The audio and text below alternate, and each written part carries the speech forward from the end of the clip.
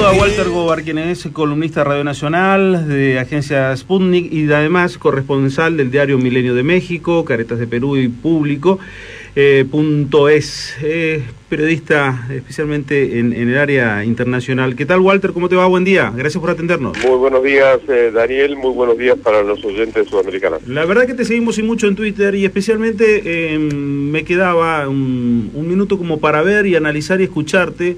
¿Cuál es tu visión especialmente de Trump sobre el presidente de los Estados Unidos, sobre América Latina y especialmente sobre Sudamérica? Digo porque en todo el tránsito hacia su presidencia se habló mucho.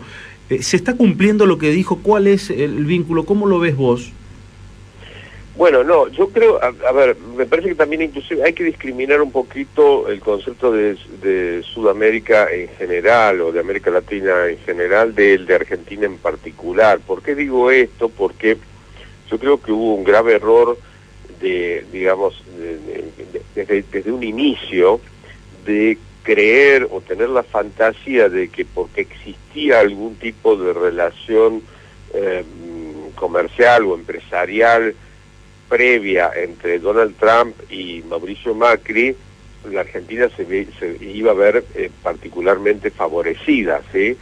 Esto no ha ocurrido, casi te diría, ha ocurrido todo lo contrario, en el sentido de que, digamos, tanto en los temas comerciales y en los temas arancelarios, no ha habido mayores buenas noticias para la Argentina en este sentido, pero esto a su vez también tiene sentido con otro tema previo a las elecciones, que fue que el gobierno de Mauricio Macri en realidad apostó por la candidatura de Hillary Clinton, una cosa absolutamente innecesaria, es decir, ningún gobierno extranjero debía o debe, digamos, jugarse o poner sus fichas en una candidatura, en una elección de un país, sino que las reglas, digamos, de la diplomacia, las reglas de la política internacional, indican que lo mejor es ser prescindente, es decir, desearle buena suerte a ambos, tener relaciones cordiales con ambos o la cantidad de candidatos que fueren, pero no apostar, como lo hizo la Argentina, por la candidatura de Hillary Clinton, porque en algún momento algún funcionario del Departamento de Estado lleva buena nota de esto y lo recuerda, pero además se agrega otra cuestión, que es la siguiente: mientras el presidente Mauricio Macri tiene un proyecto, digamos, que podríamos denominarlo más, digamos, de mayor simpatía hacia la globalización, el gobierno de Donald Trump tiene un proyecto absolutamente opuesto, enfrentado por lo menos a las líneas que fueron las tradicionales de la globalización. Y en ese sentido, más que las relaciones interpersonales, creo que se juegan los proyectos, es decir, al tener Donald Trump claridad sobre cuáles son los proyectos digamos, de la Argentina a partir de su gobierno, más allá de gestos de simpatía, de cordialidad, de estos mismos gestos de simpatía y cordialidad que te mencionaba antes, no creo que haya exista la posibilidad de que la Argentina realmente se convierta en una especie de aliado estratégico como lo habían pensado los funcionarios de la Cancillería, por ejemplo la ex canciller Susana Malcorra, que fue la que de alguna manera la responsable de que el gobierno de Mauricio Macri apostara tanto por la candidatura de Hillary Clinton, ¿no? O sea que luego, digamos, Donald Trump ha tenido en su foco, digamos, de atención otras regiones del mundo, digamos, tanto por obligación como por circunstancias que le fueron ajenas. Por un lado, todo lo que tiene que ver con los escándalos vinculados a lo que se llama el Russia Gate, es decir, la presunta o supuesta participación o influencia de Rusia dentro de las elecciones estadounidenses, que en realidad ahí hay una trampa que es bastante grande, que es el hecho de que primero que Estados Unidos históricamente ha influenciado en todas las regiones del mundo, en todos los procesos electorales, ya sea de manera subrepticia o digamos, incluyendo también la realización de golpes de Estado, digamos, podemos, desde el caso del golpe contra Salvador Allende para acá podríamos claro. Dar innumerables casos, sí, ¿no? sí, De derrocamientos de gobiernos, etcétera, etcétera.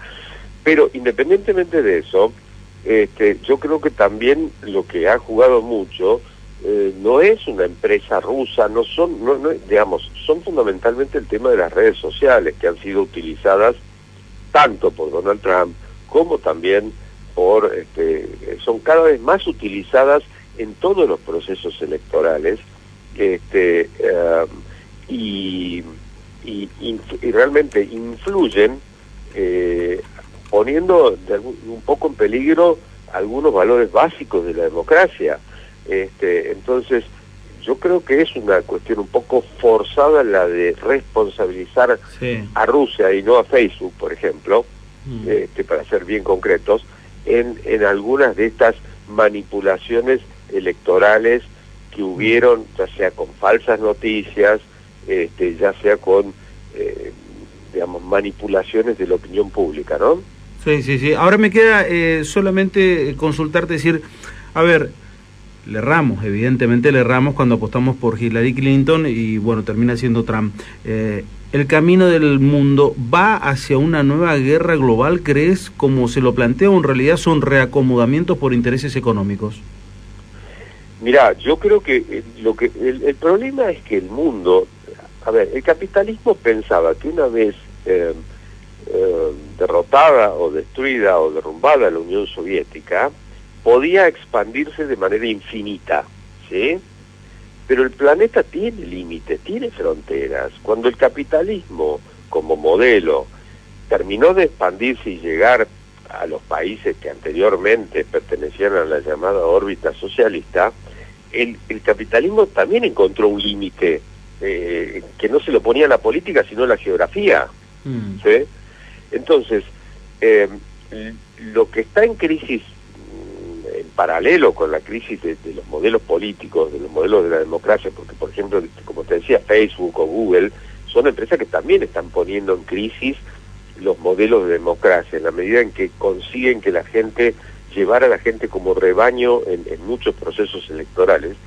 Pero también hay otro problema, que es que, digamos, el modelo económico en el cual hemos estado viviendo a lo largo de las últimas décadas, que tiene que ver con esto que te mencionaba de la globalización, está en una crisis, no sé si terminal, pero en cualquier momento puede llegar a estallar. Hay muchos economistas de distintos signos que vaticinan un colapso económico que tiene que ver con muchas de estas burbujas financieras y la única forma que tiene hasta ahora, la única salida que ha tenido muchas veces este modelo capitalista de licuar las deudas es la guerra.